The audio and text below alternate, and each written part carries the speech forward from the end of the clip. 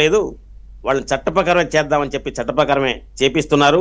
అందుకే ఈ రోజున ఒక్కొక్కళ్ళ గుండెల్లో రైళ్లు పెరిగిస్తున్నాయి గత వారం రోజుల నుంచి.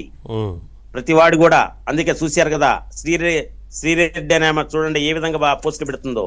చంద్రబాబు నాయుడు గారికి, పవన్ కళ్యాణ్ గారికి, లోకేష్ బాబు గారికి, వాళ్ళ శ్రీమతికి, భువనేశ్వరం గారికి నేను క్షమించమని చెప్పుకోతున్నా. ఏందమ్మా క్షమించేది? నిన్ను క్షమించాలా?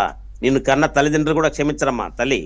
మీరు మాట్లాడిన భాష, మీరు వ్యవహరించిన తీరు, మీరు ఆ విధంగా మాట్లాడితే వదిలిపెడతారు, ఎవరు వదిలిపెట్టండి. అందుకే సద్దల రామకృష్ణారెడ్డి కొడుకు ఎవరైతే ఉన్నాడో భార్గవరెడ్డి, ఆయన సమీప బంధువైనటువంటి పులివెందులకు చెందినటువంటి అర్జున్ రెడ్డి, సత్తెనపల్లి నుంచి ఉన్నటువంటి వీరారెడ్డి, వీళ్ళు సుమారెడ్డి 2020 నుంచి వైకాపా సోషల్ మీడియాలో స్టేట్లో బాధ్యతలు చేపట్టిన దగ్గర నుంచి విపరీతమైనటువంటి పోస్టులు పెట్టారండి. మామూలు పోస్టులు కాదండి.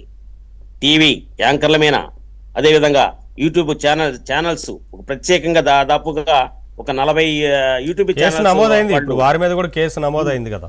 వీళ్ళందరినీ కూడా మన అంకమరావు గారు చెప్పినట్టు ఎందుకు ఇలా పోస్టులు పెట్టావని ఒక దళిత యువకుడు అడిగినందుకు కులం పేరుతోని దూషించారు ఈ సజ్జల భార్గవరెడ్డి. అందుకని ఆయన మీద అట్రాసిటీ కేసు కూడా నమోదైంది. ఒక అట్రాసిటీ కేసులు కాదండి, వీళ్ళ మీద ఎన్ని చట్టాలు ఉన్నాయో ఆ చట్టాల ప్రకారం అన్ని కేసులు పెట్టాల్సిందే వీళ్ళని. అంటే ఆ కేసులు పెట్టించుకోవడానికి కూడా అర్హులు. మరలా ఇలాంటి భాష వాడకూడదు అని చెప్పి నిండు శాసనసభ అండి.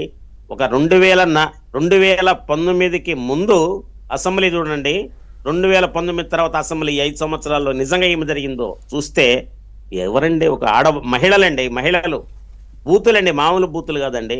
ఒక చిన్నప్పుడు ఎక్కడో స్లమ్లో బాగా తాగి తిట్టుకునేవాళ్ళు, అటువంటి భాషను కూడా మంత్రులు ఉపయోగించారండి. దేవుళ్ళ యొక్క తలబోతే ఏమైద్ది, ఒక చేయబోతే ఏమైద్ది